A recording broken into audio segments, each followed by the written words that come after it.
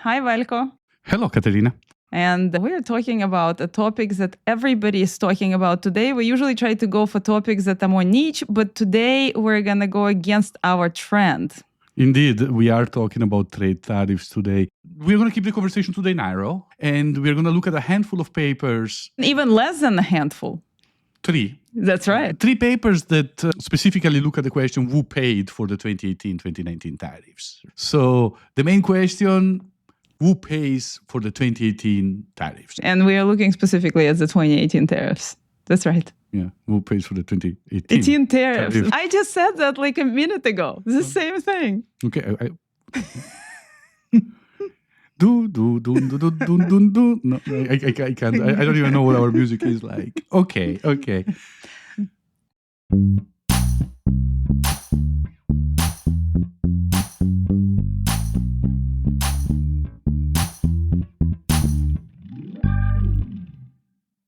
Welcome to Questions in Finance, A podcast where we translate academic mumbo-jumbo to answer interesting questions in finance. I'm Kate Holland. and I'm Veljko Fotak. Kate and I met when we were PhD students at the University of Oklahoma. Today, we're university professors, and we spend our days teaching and researching companies, markets, and all things related. Let's actually mention why did we pick these 3 papers, right? I think that some of the reasons are that all 3 have very careful analysis, and all 3 have been published in excellent outlets. So peer-reviewed journals that require really extremely careful review and highly demanding. Absolutely. This is scholarship published in the top journals in our profession.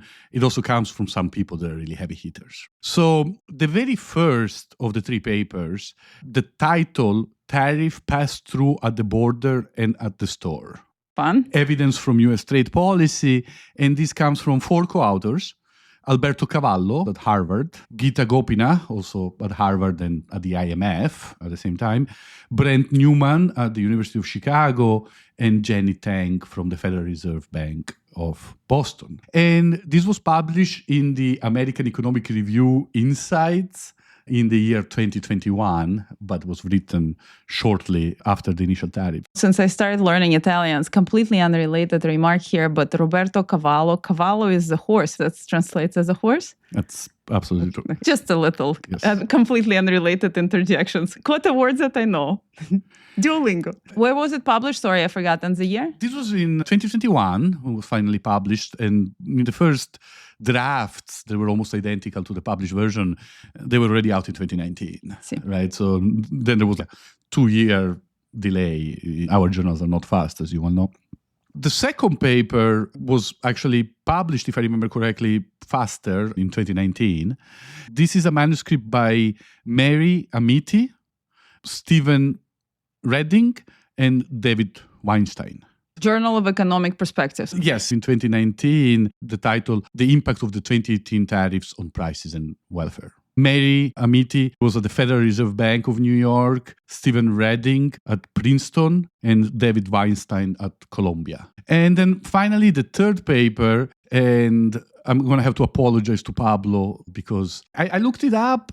Pablo Fajgelbaum, I believe is the right pronunciation, Penelope Goldberg, Patrick Kennedy, and Amit Kandawal. Their paper was also written very quickly and published just as quickly in 2019 in the Quarterly Journal of Economics. And the title of the paper is pretty straightforward.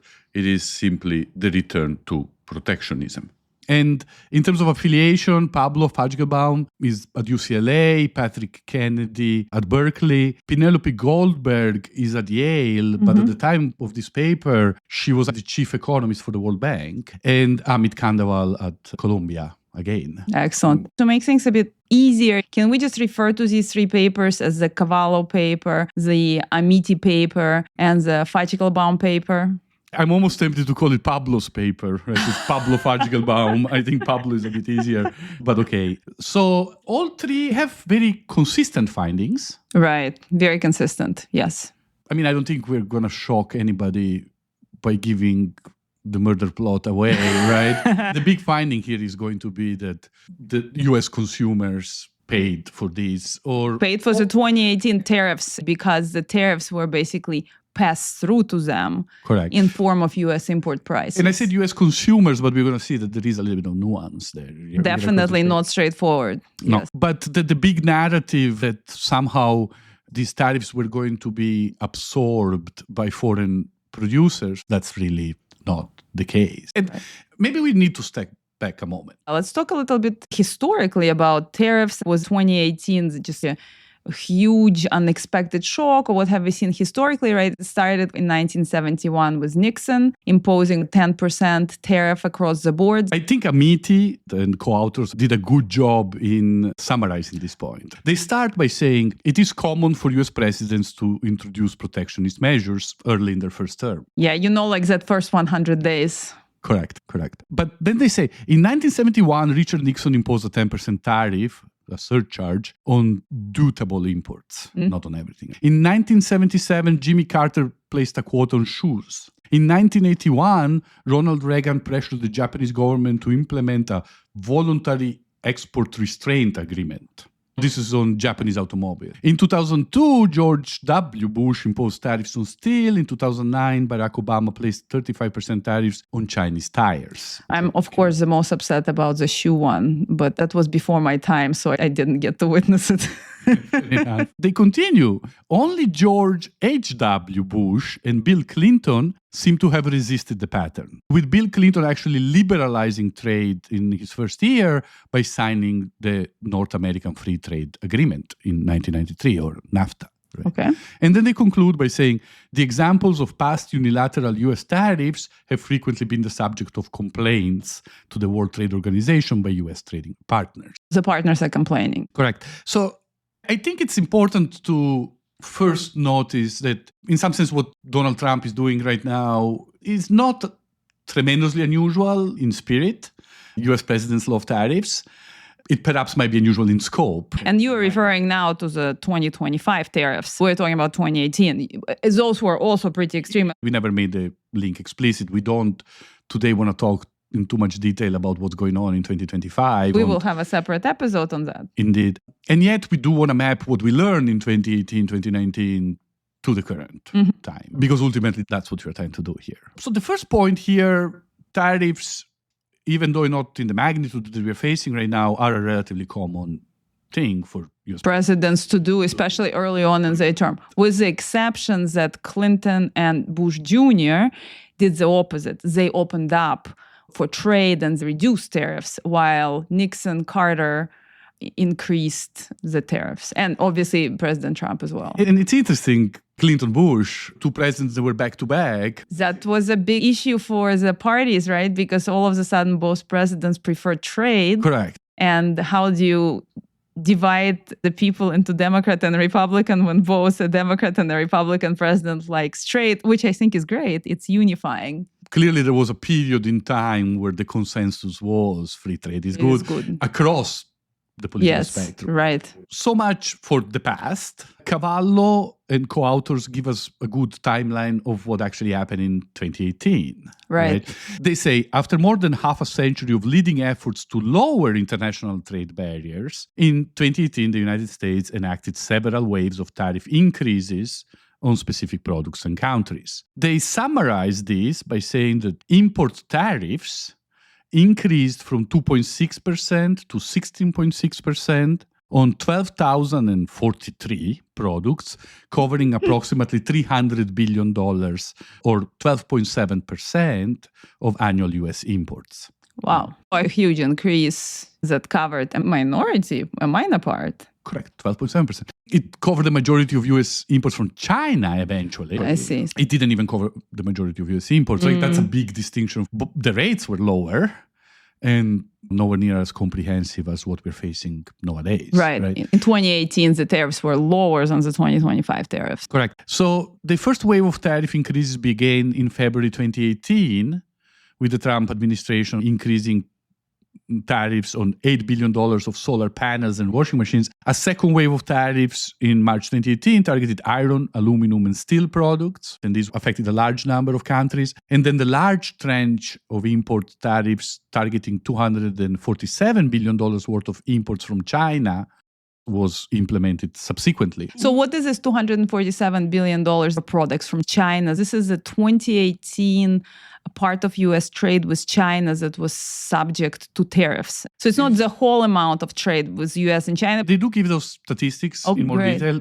They do say that this wave targeted 11,000 and some change imported products. Actually, in terms of value, this was 48.8% of imports from China. Okay, so 247 billion is half of the imports from China. In 2019, they imposed tariffs on the rest. Right. Virtually every product from China was eventually tariffed, not in 2018. Perhaps this is a good moment to mention some of the limitations of this paper. These three papers were extremely timely. Executed immediately, yes. Absolutely. Which means that, first of all, they're only looking at the tariffs that were imposed at the time, right? So they're capturing everything that happened in 2018. The point is that we're going to be talking a lot about the numerical effects of these tariffs.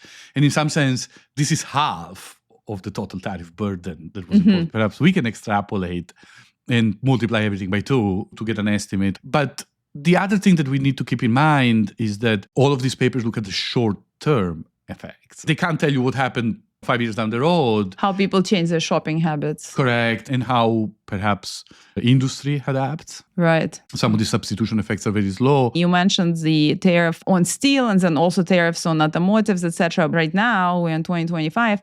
The average lifespan of a car is one of the longest historically. It's around 13 years. People are holding on to cars for a longer time, which I'm not sure if it's been linked to tariffs or not, but that could be one example of longer term impacts. I'll be honest, I don't know of any research that documents that.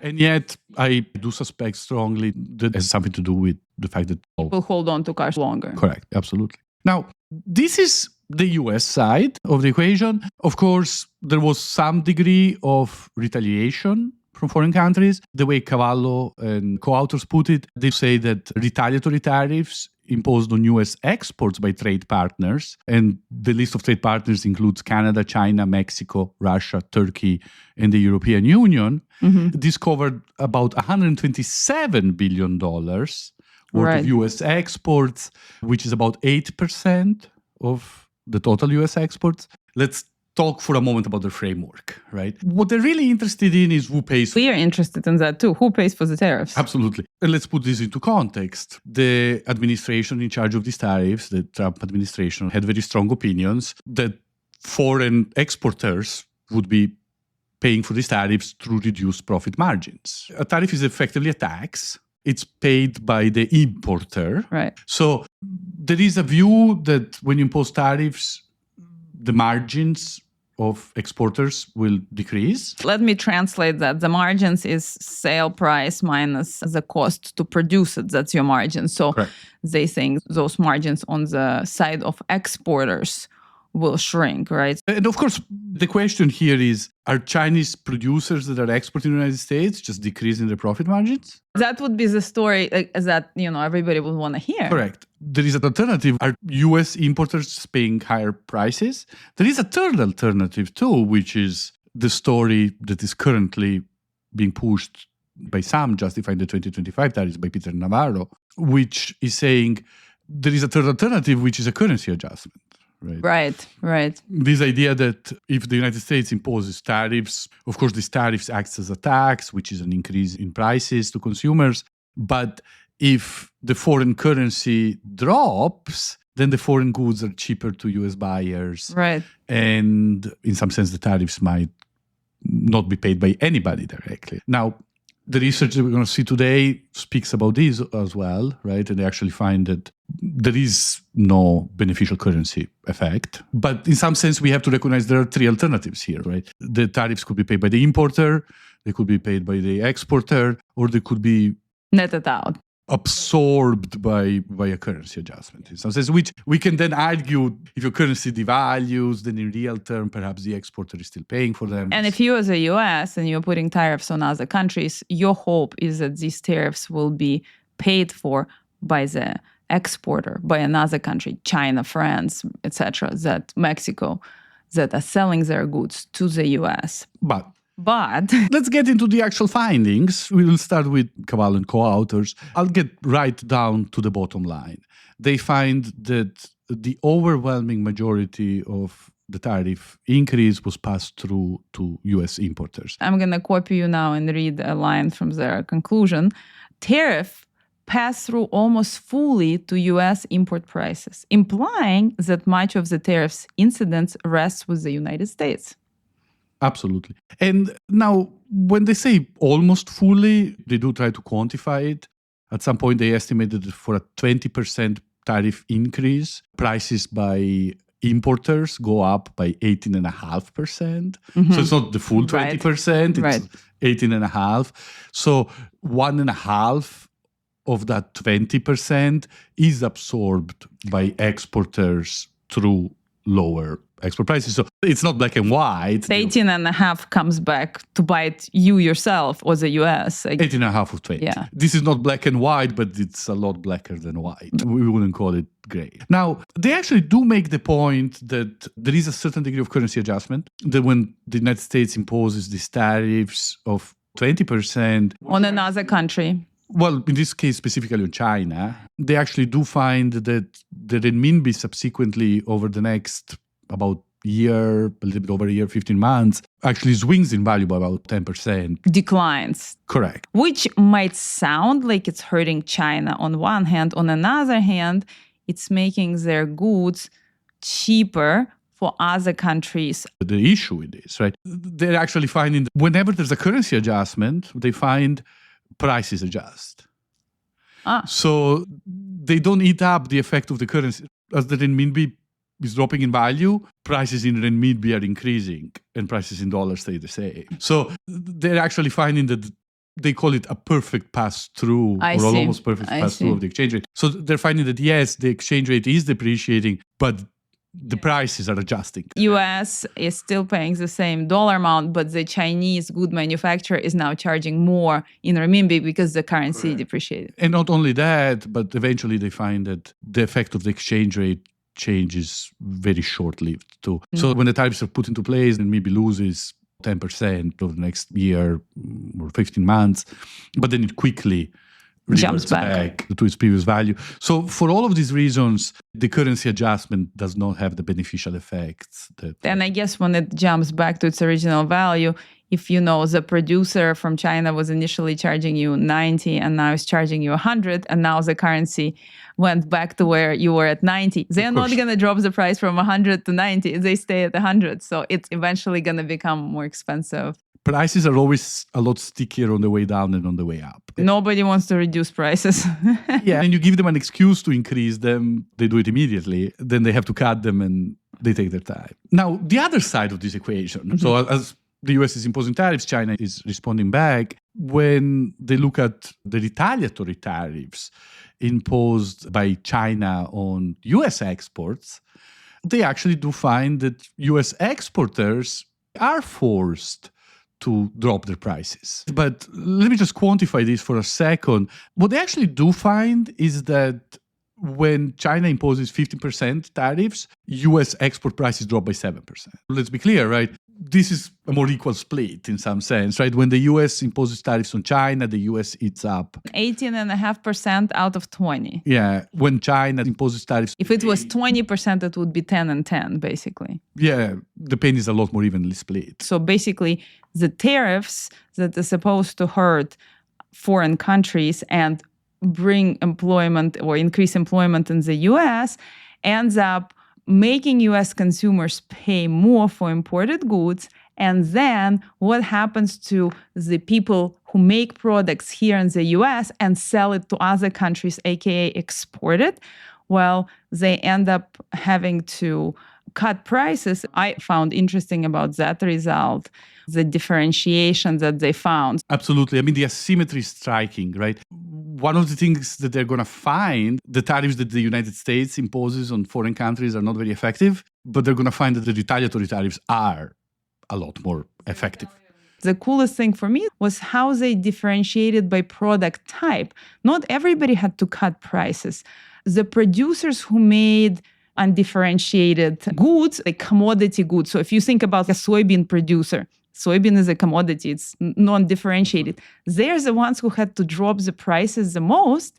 And those who made differentiated goods, some specialized clothing or some specialized technology, they actually didn't have to change their pricing so much. So I would say the commodity producers in the US, farmers, had to drop their prices the most in response to the 2018 tariff that other countries then impose on the US. And that becomes a bit of an interesting paradox, right? What they're pointing out is that you can withstand tariffs if you make differentiated goods, if you make something like technology. But if you make something that everybody makes, like commodities, soybeans, corn, wheat, I don't know, pork bellies, then you cannot. So US then actually sells to foreign countries, exports these non-differentiated type goods, which is a bit surprising. You're absolutely right, Kate. Why is it that China is so much more successful? It depends on the type of products that US buys from China and the types of products that China buys from the US. But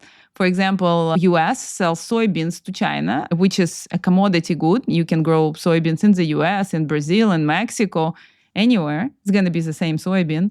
And China sells to the US anything from t-shirts to computer parts to hair dryers and so on. So their products are not as commodity-like. They're a little bit more complicated and a little bit more difficult to substitute with a product from another country or from the US, for that matter, for the same price.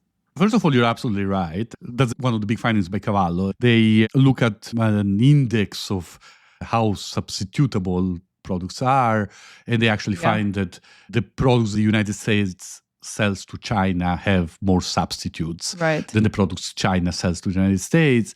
And I just want to emphasize how that's not what I would have expected, right? I think in some sense we have a prejudice in our head. We think China is producing cheap trinkets that we are buying in the United States. We are the advanced economy. They're selling some pharmaceuticals and something more complicated, but it's actually like when you look at it, it's different. It's US sells a lot of commodities like soybeans to China. Like a lot of agricultural commodities. Now, it's really interesting that the biggest single export product and the single biggest exporter as a company, and they're one and the same in this context, is airplanes made by Boeing. For the United States, I seem to remember when I was teaching this to my class that Boeing accounted for something like 15% of US exports to China in 2018, which is amazing that a single company accounts for 15% of the exports between the two largest economies in the world. And it was interesting that China went, Airbus planes are just as good. In a moment when Boeing is suffering from a lot of reputational problems and a lot of quality issues on its own. This makes me think about, I'm going to flip it for just a second back to imports. Go back to the importer's perspective. I'm going to bring in an example of Nike. Nike is a US company, but Nike manufactures most of their shoes, which is their main product, in Asia and predominantly in China. For Nike, it's going to be quite expensive to bring in their shoes back to the US and sell them because over 55% of Nike's products are actually sold in the United States. So think about Nike. It's going to experience higher costs, which, is going to translate into lower profit margins for a company. When the tariffs were announced, Nike's stock price tanked. It was a bloodbath for them, perhaps reflecting some of this. Now, Nike is likely not going to want to take care of all of the tariff, and they're going to pass the price increases to US consumers. If you like Nikes, you might want to go buy a pair right now because the prices on Nikes might be going up. And while that's happening, you'll be buying fewer Nikes as they will experience smaller sales, higher costs, so profit margin pressure on all sides. That's why we saw such a big drop in their stock price. So just wanting to flip and throw in another example, but from the import side. That makes a lot of sense. I think that Nike was the headline of 2018. I think Apple is the headline of 2025, right? As a company who's exceedingly reliant on Chinese manufacturing. I see. But okay, I want to mention one last element in this Cavallo paper that perhaps is the most nuanced, in some sense, the most surprising. After looking at import prices, they pull out a new data set where they look at retail prices. Oh, interesting. Interesting. So what we pay in stores here. Correct. And while they found that prices at the import point increased dramatically. Nike has to pay more for the shoes they're bringing into the country. Again, that 18.5% right? out of 20% increase. What they actually find is that the impact on retail prices to consumers is a lot more modest. With this 20% increase in tariffs, they find evidence of retail prices increasing between 0.9 and 1.4%. Oh, okay. So, no need to rush out and buy an additional pair of Nikes because prices of Nikes are unlikely to actually go up too much. It's interesting that you put it in that time dimension, right? Because I think that's one of the limitations and weaknesses of this paper and of these three papers in general. So first of all, what's going on? Import prices are going up dramatically, 18.5%, but retail prices are not. It means that the retailers, in this case, Nike. Well, the data that they get is from two big retailers. Like Walmart and Target, let's say. Yeah, let's say not Walmart, not Target for legal purposes. But I think you're spot on. What this makes it sound, if this is correct, is that Walmart and Target are paying higher import prices and then they're not transmitting this to their consumers. In other words, they're absorbing the hit. Now, if you know anything about how these retailers work, it's extremely clear that they can't take a 20% profit margin cut in perpetuity. One thing that they will do is offset this cost increase by lowering other costs. And one easy cost to lower, salary-related expenses. So they're going to lay off people. Cavallo and company don't directly test that. They don't have a lot of evidence of that. But they actually find the other side of the profit equation. They find that there is some evidence that these retailers are increasing all prices. Not only of the goods that were subject to tariffs. Correct. The problem is that their analysis is a difference in difference. They look at how prices of goods covered by tariffs increase related to prices of goods not covered by tariffs, effectively because they want to control for price inflation indirectly. But if you're a retailer and now prices of a particular trinket went up by 20% and you're thinking, I can't increase prices of this trinket by 20%, you might spread that increase a little bit across product lines. They're saying that's how you get generalized inflation from tariffs. You know what this reminds me of? The university management of courses. So, for example, students always want to take the super cool finance classes, which get prerequisites tagged onto them, and other general ed classes, which the students would generally not take.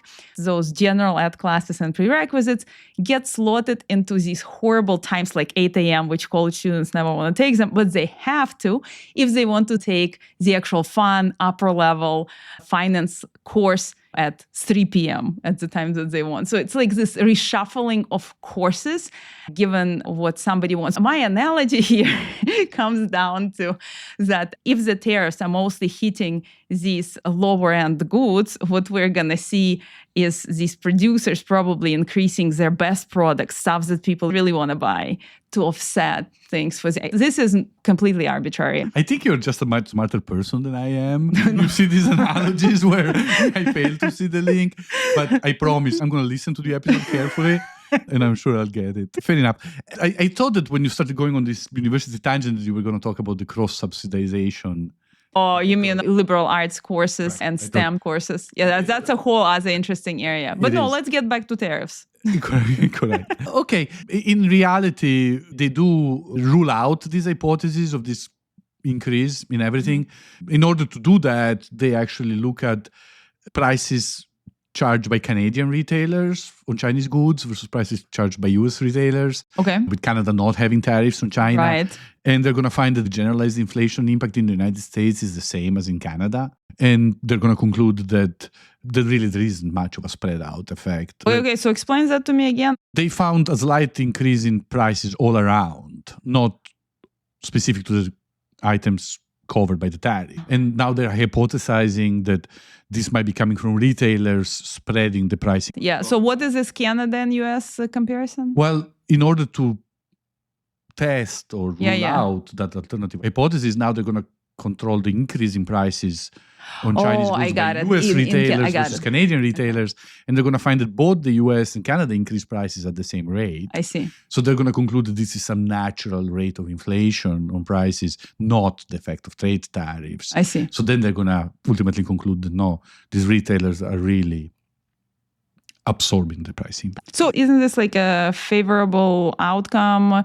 The common people can buy things for a similar price, slightly higher across the range, but who is hurt are going to be Walmart's, Target's, Nike's. So what's going to happen is their share prices are going to go down. All of those investors in the stock market, the rich people, they're going to be hurt, while the regular people can still buy their goods at the same price. First of all, I do believe that the lack of pass-through evidence in these papers is largely a factor of the short-term nature of what they look at. So you're saying don't pass it through in 6 months, but a year or 2 years. I don't believe that Target or Walmart can absorb a 20% increase. They don't have a 20% profit margin on anything. And, well, that's probably not true, but on most goods, they don't have a 20% profit margin. And Cavallo and co-authors, in their defense, they make this point themselves. They're saying maybe they can absorb a price increase for 6 months, for a year, because, as we said earlier, prices are sticky.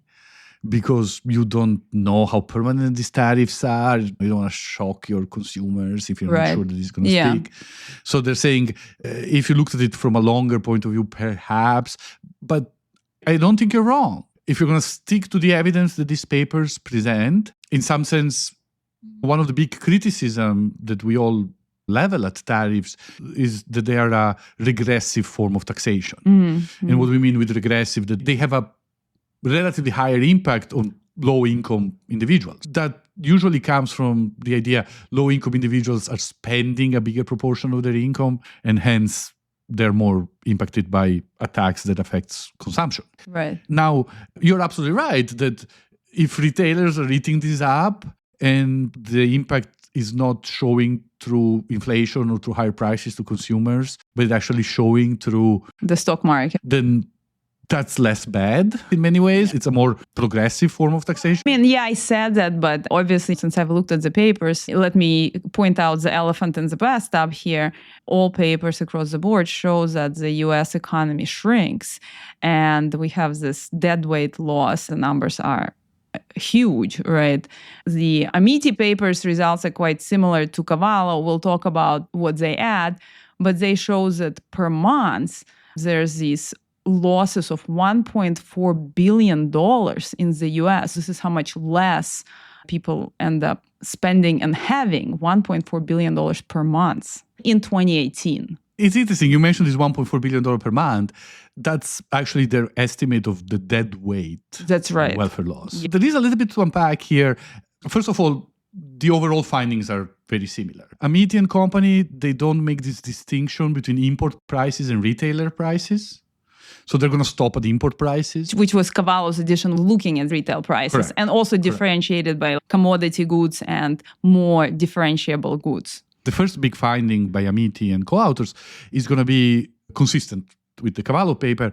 There is no drop in prices charged by Chinese or foreign exporters. Right. The prices impact is being absorbed by US importers. So in that sense, they absolutely agree. And you're right, the big contribution here by Amity and co-authors is going to be in quantifying this. Now, here is where it gets interesting. I wouldn't get too hung up on the exact numbers because let's remember, this is the first half of the tariffs. Because the second half happens in 2019, the next year. And this is all happening for 2018 specifically. Correct. So they quantify it as such. They break it down into three big numbers. The higher costs to consumers and importers are at about $3.2 billion per month. This $3.2 billion per month, this is a loss to US consumers and importers. But this is money that's not burned. This is money that effectively goes to the United States government. Well, at least a part of that money. Well, I mean, the entire price increase is paid as a tax to the government. Now, there's inefficiencies in raising this money, as you're correctly pointing out. You're not recouping all of this. And then there are inefficiencies in how you are spending that money. And yet, if you assume that the US government is spending that money in a pro-social manner, you're not wasting $3.2 billion, right? You're at most wasting a portion of that. But they're going to say, okay, let's assume this is $3.2 billion. This is not a wealth distraction. It's a wealth transfer from importers and consumers that buy imported goods to the government. That's right. The government's going to settle the deficit, hopefully, with it that was created previously with the 2008 financial crisis, amplified with COVID, etc. So correct. Now, there's also a second number, which is a $2.4 billion loss to U.S. exporters because of retaliatory tariffs. So this makes me think this is a totally crazy marketing ploy. You say, okay, we're going to put these tariffs on these other foreign countries. But in reality, what ends up happening is U.S. consumers and U.S. producers that export to other countries end up paying up, and the US government ends up keeping the extra money. The selling point of, hey, we're going to make it more expensive for others, so things are better for us. And in reality, who pays is actually US consumers and US producers who are exporting. They're the ones who are transferring the money to the US government. I think that's a very hidden point in this, because this is not how it's marketed. We're going to put tariffs on other countries and, hey, guys, you all US consumers and producers, you're going to pay in more through your taxes and other things. Well, in all fairness, you are leaving one group out, which is U.S. producers that sell domestically. So governments benefit and these producers that you're pointing out. Correct, because they're going to be facing less competition. Certain producers of goods that are not commodities. Yes, fair enough. In particular, what they're going to be finding here is that U.S. producers, I'll quote them, they say, tariffs have also changed the pricing behavior of U.S. producers. Yes. By protecting them from foreign competition and enabling them to raise prices and markups. Mm-hmm. And we estimate that the combined effect of input and output tariffs have raised the average price of U.S. manufacturing by 1 percentage point. Okay. And they compared these to overall inflation, which is about 2%. Not a win. You are accelerating the rate of inflation by 50%. Effectively, inflation on manufacturing goods protected by these tariffs goes from 2% to 3%. But what we're pointing out, something important that these papers are saying is that there is a subset of U.S. companies, U.S. producers that make goods that are differentiated, that are mostly produced perhaps in the U.S., that are going to benefit from this compared to companies like Nike. But Kate, the point that they're making is that these producers, well, you're saying differentiated, but they're not necessarily differentiated in the sense there can be a better good abroad. It's just that now that good is behind tariffs. And in some sense, I guess what's important to point out is that it might be a gain to a U.S. producer, but it's at the expense of a U.S. consumer. Because it limits their choices. Previously, I could have 5 different butters to choose from, and now only one. So partially because of less choice. Some of it comes from less choice. Some of it comes from paying more for the same good. And I think this is another finding of the papers that we're discussing, is they actually show that there's going to be less choice in terms of products. Is that correct? Absolutely. There's going to be less choice. But before that, I don't think everybody understands the concept of deadweight, right? We economists like to talk about deadweight. But the deadweight loss of a tariff, right? What is that? That's the inefficiency caused by a reduction in overall economic activity due to the imposition of tariffs on imported goods. Let's say you're putting a 20% tariff on some good. There is one effect, which is now somebody's paying 20% more for that good. That's the first number. Then there's an effect on the retaliatory tariff and your exporters are getting less money. But then there's a third effect in loss of economic activity. People just buy less. Well, it's not just ultimate products. That's the point of this deadweight, right? It could be that you are a US firm that buys Chinese screws to make boats. And now all of a sudden, because the screws got a lot more expensive, you're making fewer boats and you're creating less value added and your profits come down. That's the kind of loss of economic activity that comes from this deadweight. And some of your importers and buyers are just going to substitute. It's funny that you picked boats. I think boats is one of US and really global preferred pastimes. And the advertisement of we're going to impose tariffs, so now fewer of you can buy boats wouldn't have worked well. You're absolutely right that a lot of the effects here are on quantities. I will mention these estimates that are coming from this Amity paper. They're estimating that a 1% increase in tariff reduces imports of that particular good and product covered by the tariff by 6%. So huge degree of elasticity. You increase prices by 1% through this tariff, but you're decreasing volumes by 6%. The overall value of the product actually goes down. One of the points that they're actually making here is just because US importers are eating up all of this, this is not good news for Chinese exporters. Right. Because they are exporting a lot less. It ends up hurting China. I mean, if you're asking who pays for these tariffs, is US importers, right? If you're asking who do these tariffs hurt, both sides, just in different ways. There is a price channel. There's a quantity channel. And we shouldn't forget about that. So, what I'm really interested, we keep talking about all of these effects that are negative for US consumers, negative for US exporters or companies that produce here and sell abroad. But we did mention that there are several winners. One winner is the government, because the government gets more money in the form of a tariff revenue transferred to it. And there's certain producers.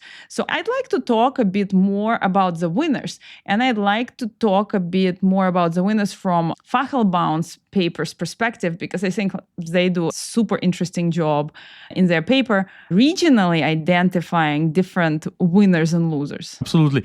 So they do quantify this, right? And their quantification finds that the gains to domestic producers are smaller than the losses by domestic consumers and importers, right? Okay, so say that again. They find that the gains to domestic producers are smaller than the losses to domestic consumers.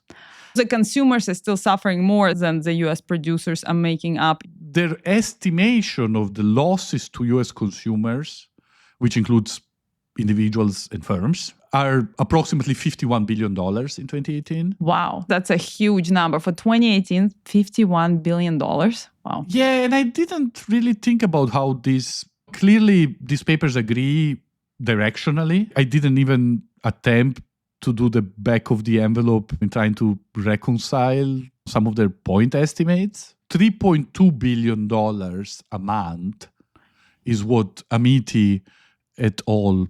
Estimate as being the increase. 3.2 billion times 12 months, which I think compares to the 50 billion that Veljko. Yeah. I mean, ballpark, let's just say that if you take one paper, you're going to be at 35, 40 billion, the other one you're going to be at 50. One of the things that we are going to find is that in this Veljko paper, the drop of the affected products is dramatic, but foreign substitutes largely make up for it, right? And we're going to see that in a second. But I just want to stick for a moment to the headline numbers. $51 billion is the Veljko estimate of the increase in consumer prices by importers, retailers, and consumers. Then they're going to subtract from these gains to US producers. This is what we were talking about earlier. They raise prices.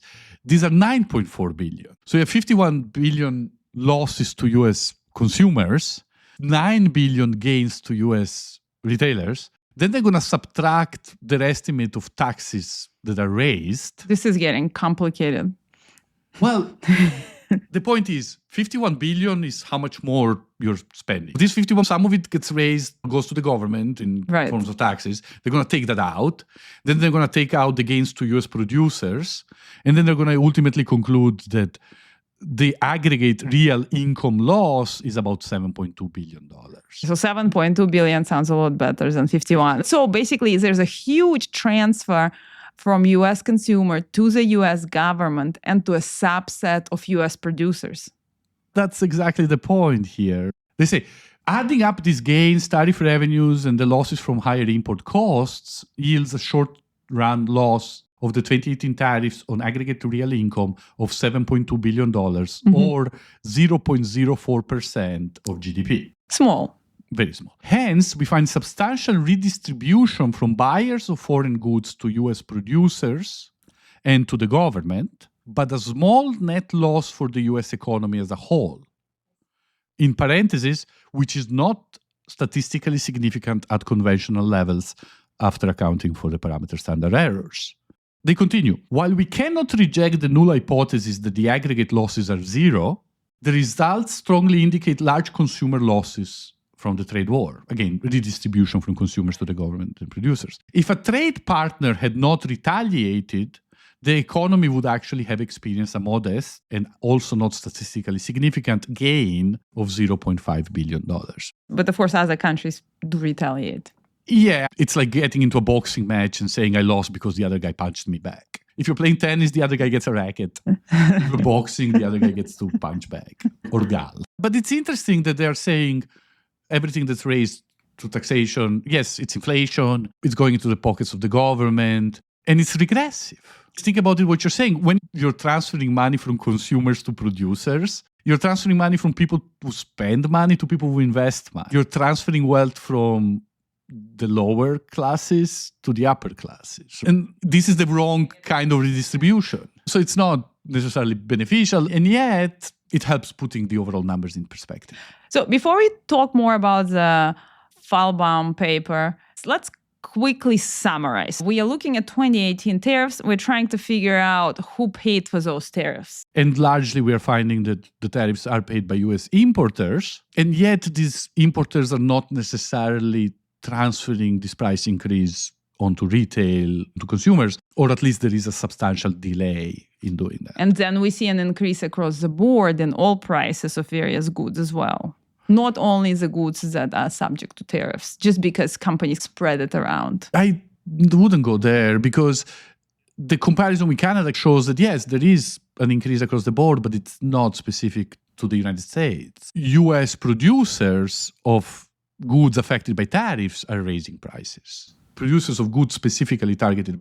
Okay, another finding, besides that US consumers have the big price cost here, is that US exporters, companies in the US that sell to other foreign countries, including China, end up having to lower their prices. Correct. This idea that retaliatory tariffs are a lot more effective than US tariffs in the first place, it's something that I found very surprising. I think we all tend to assume in the big conversation about the US-China trade wars that the US has the upper hand. First, because they've been telling us constantly that's the case. And second, I think there is a sense of asymmetry. The United States buys a lot from China. China buys a lot less from the United States. Right. But it comes down to what kind of goods are we buying, and they are buying from us. What these papers are really emphasizing is that it's not the sheer quantity of goods that you buy, it's the degree of how substitutable, a horrible word, right? But how easy it is to find a substitute. If it's a commodity good, then you're dropping the prices by a lot. The definition of a commodity is a good that's standardized. Right. And because of that, easily substitutable. I think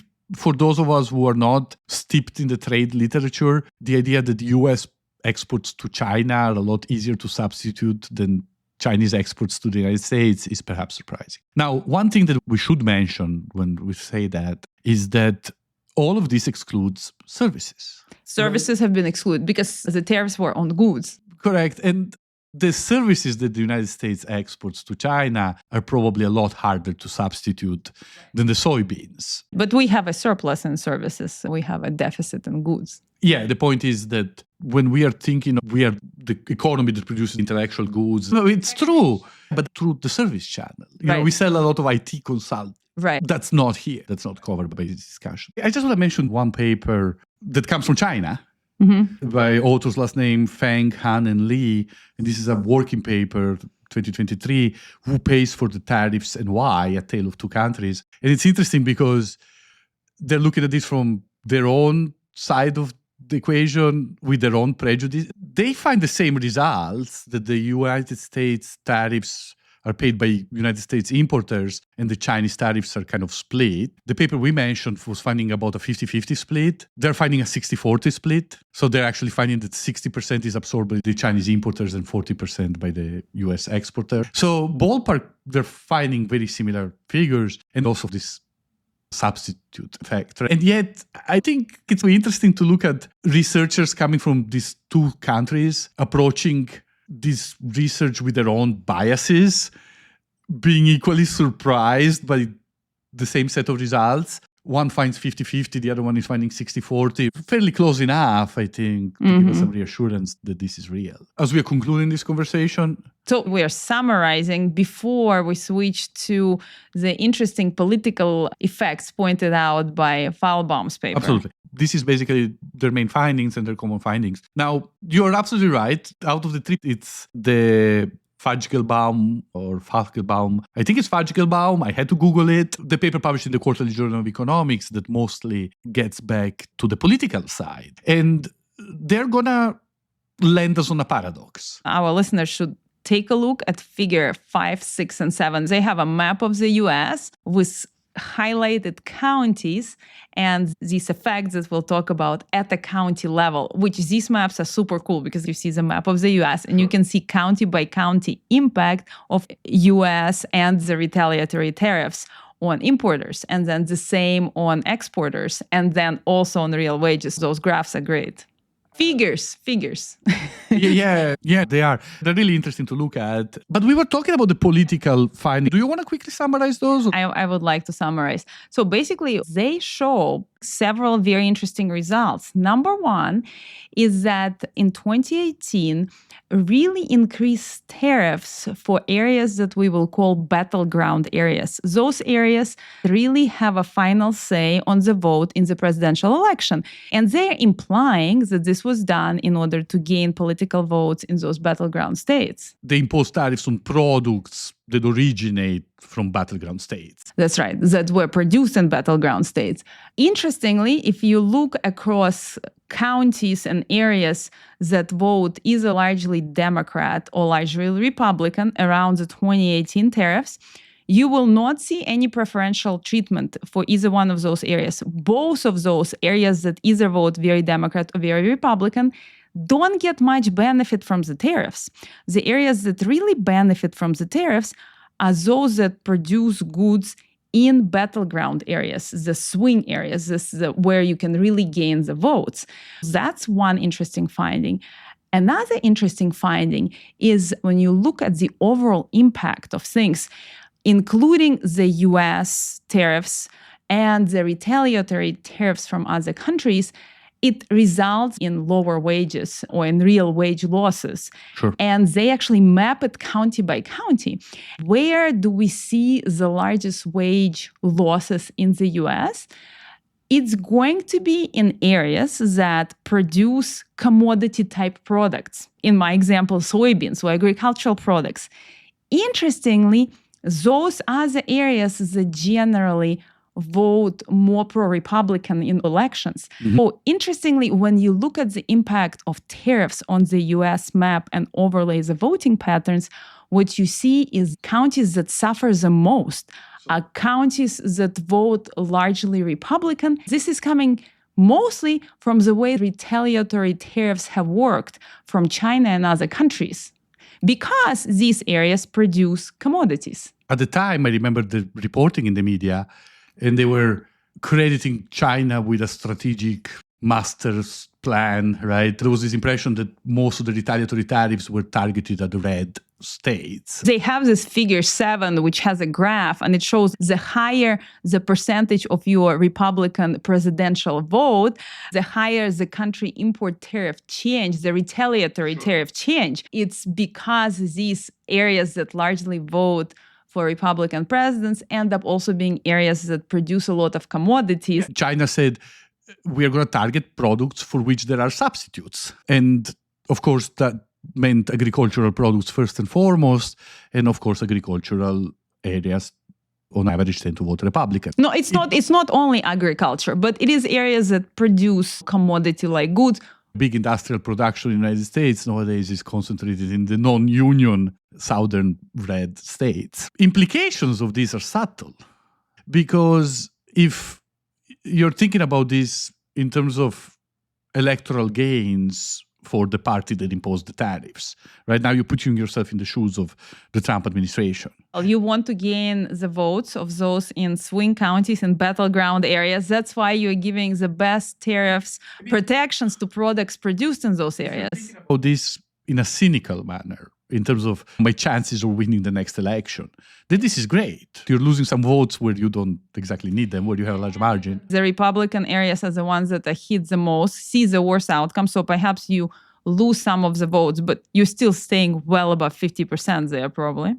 If the tariffs, especially the retaliatory tariffs, are making those areas worse off, You can depict it as a defense mechanism. That's the perversion here. Actually, in the areas really worst hit by these retaliatory tariffs, the Trump administration made electoral gains because they managed to sell themselves as being tough on China. The reality is this all happened because the initial tariffs were imposed in the first place. And Correct. that made it more difficult for these producers to trade and sell their product internationally. And in contrast, you have electoral gains in these contested vote counties because you protected American jobs in the first place. That's the $9 billion of US producer surplus that you created, which is concentrated in these contested areas. Anything else you want to talk about on this political side? I just don't know if we made the political point as well as we could and as importantly as we should, because effectively what this means is that a party can impose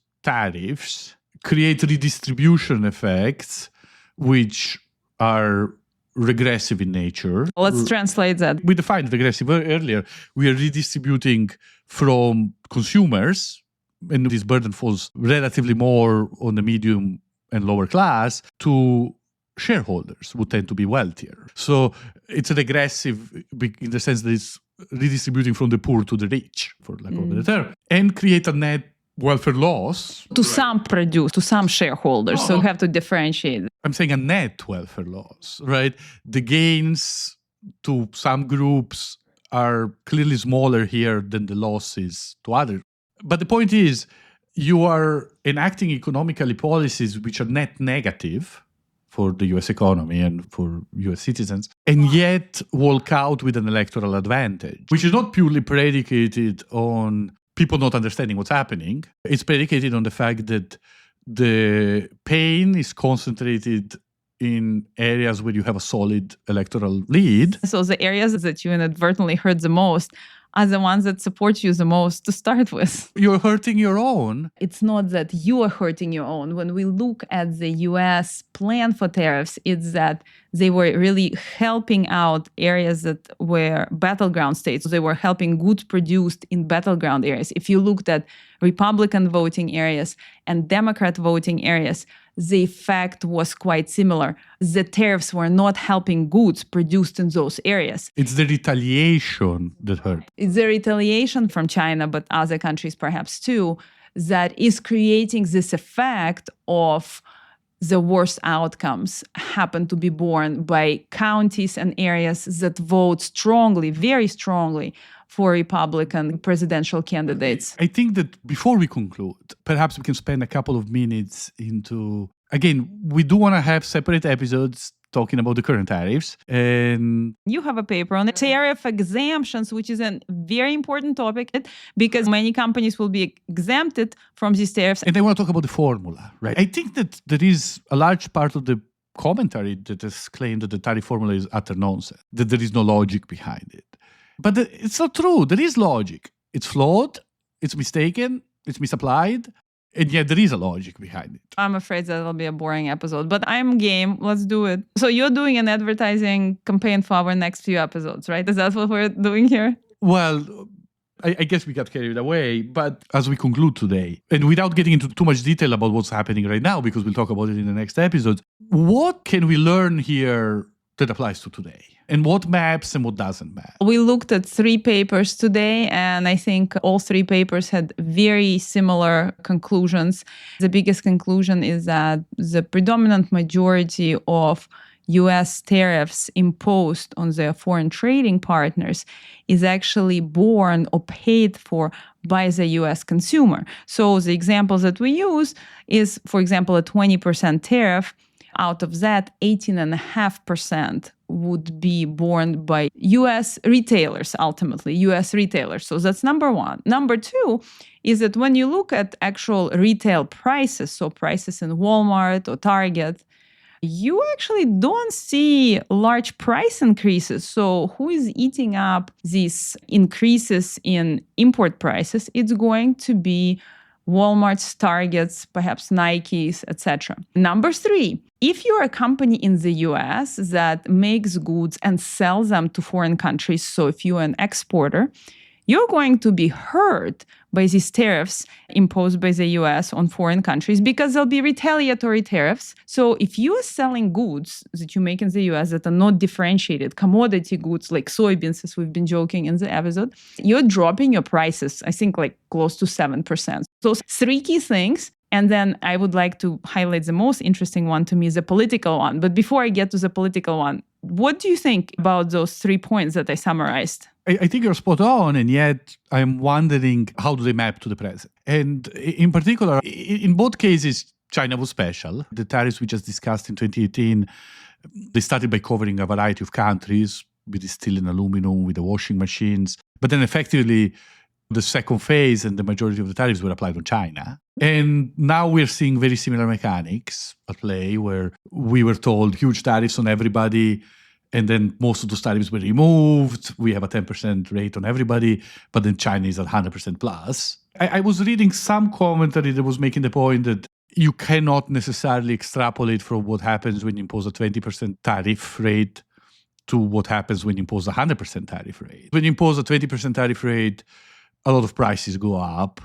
When you impose a 100% plus tariff rate, commerce just ceases in most cases. So I think that we can extrapolate from this lesson that foreign producers are not going to pay for this tariff. And yet I'm not sure we should be expecting the same degree of gains to US producers. You're expecting now all of a sudden a little bit more substitution. So I don't think you can linearly interpolate, right? What happens with a 20% tariff, multiply by 6 and say this is what happens with 120%.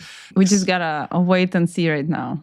Correct. And then I also think the fact that these tariffs are covering a larger number of countries at the 10% level, we're going to see less substitution effects. There's one figure from the Amity paper that we didn't mention, which actually tries to estimate job creation costs. They claim that if you took the overly optimistic view that this trade war is going to create 35,000 jobs. Oh, yes, I remember that. They say we lost 35,000 jobs in the steel and aluminum industries over the last 10 years. Yes. So if these tariffs were capable of bringing this back, how much would this cost us by job? And they take this estimate of deadweight loss that we spoke about earlier. That's a very conservative estimate of loss. That's just the deadweight. They divide it by the number of 35,000 jobs. Effectively, you're creating a job for every $232,000 of deadweight cost. That's probably 4 or 5 times the salary of a steel worker, I would assume. They actually claim that the average salary of a steel worker is $52,500 a year. So it would be a lot easier to just write them a check. Now, of course, we know that a job is a lot more than a paycheck, right? Human dignity and so forth. And yet it's a very interesting quantification of that. Even if you take some extremely optimistic assumptions about how many jobs is this going to create, it's still a very expensive way of creating those jobs. Right. Back to the conversation that we were having, I think that the danger here is to extrapolate from 20% tariffs to 100% plus tariffs. And the other unfortunate limitation of all of these studies is that all of this is short term. Yeah. I would like to throw in a fourth one now, which to me was the most interesting, the political effects. This is going to be the Veljko's paper. They split up the US counties by their votes, Democrat and Republican votes. And what they show is that the 2018 tariffs were especially beneficial to those areas that are what we call battleground states or swing areas, those areas where the votes for presidency are very close. This was perhaps done to gain votes from those swing areas, from those battleground states. They've seen the most positive effect of tariffs because products that they produce have been protected most by the 2018 wave of tariffs. But counties that vote largely Democrat or largely Republican didn't see much benefits of these tariffs for the products produced there. What's interesting, if you overlay that with the retaliatory tariffs from China, which ended up being mostly on commodity goods that are easily substitutable, you end up actually seeing even a different story, and that's that counties that mostly voted Republican ended up being hurt the most. They saw the biggest losses. Again, these counties generally produce commodity goods. And so that's the political effect there, how the tariffs were really targeting the battleground states, and then how the retaliatory tariffs actually ended up hurting the Republican counties the most. So if anybody from the European Union is listening and they're trying to figure out how to put down retaliatory tariffs right now, they shouldn't target red states, but they should target contested areas, and that is more likely to have a lever on... on the final vote. Oh, that's interesting. Yeah, let's see if that gets us accused of treason for suggesting how to retaliate. Okay, I think we've said a lot about these three papers. It's interesting because we can learn something that applies to the present, but there is a lot more. Yeah, we're going to have a mini-series, and there's going to be a few more episodes to come. Specifically on trade tariffs and the things we were trying not to talk about. When it comes to our audience, one of the engines of our decision to talk about tariffs is your questions that you've been so enthusiastically sending us. So please do keep them coming. Yeah. We look forward to your input and your feedback. Do let us know if you have any questions about trade tariffs and related topics, or if you have any questions in general that you would like us to explore. Today, we looked at the impact of 2018 US tariffs and who really pays for them. We find that these tariffs end up being paid by US retailers, and that US exporters, those firms that produce here and sell to other countries, end up having to lower the prices that they charge for their goods. Overall, tariffs create certain winners and losers. The loser is largely the US economy and US retailers. The winners are the US government and certain producers in the US, specifically the producers of pretty diversifiable or non-commodity type goods. And if I can add one point that I found surprising. After reading these three papers, I walked away with an understanding of relative bargaining power very different from where I started. I was giving for granted, for a variety of reasons, that the United States had the upper hand in trade negotiations vis-a-vis China. A lot of the findings we see here seem to reveal that's really not the case. We're probably going to do more research and throw it into the next episode where we will actually talk about which goods are sold from China to the US and which goods are sold from the US to China. I also think it would be very interesting to talk about, ultimately you're finding that this was bad for the United States, depending on which estimates you're taking, 1/4 of a percentage point of GDP, 1/2 a percentage point of GDP, somewhere there. At the same time, this was bad for Chinese exporters. There's literature here that we didn't really look at, but that effect was a bigger proportion of GDP, partially because China exports more, partially because China's GDP in dollars is smaller. So you ultimately have the United States loses 1/4 to 1/2 percentage point of GDP. China loses 1.5 to 2 percentage points in GDP. So when you're trying to evaluate the success or failure of these tariffs, if the goal is to impose pain on China, which is the way the Trump administration has often framed it, then that goal is achieved. If the goal is to create jobs in the United States, then that goal is not achieved. If anything, the deadweight effects point to eventually a net loss of jobs. But the government ends up getting more money. Correct. In the subsequent years, US imports from China dropped by about, I know the figure for 2020, by $32 billion. And at the same time, US imports from Vietnam, Mexico, and a handful of other countries went up by about 35. So it's just got resubstituted. Correct. So whatever was produced in China is now produced in Vietnam and Mexico and sold into the US. Correct.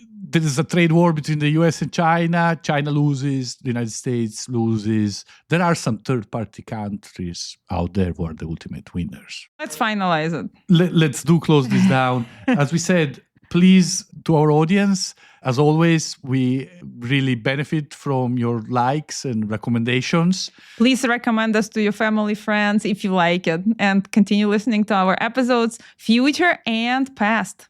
And stay tuned for additional discussion on trade tariffs. Bye-bye. Bye.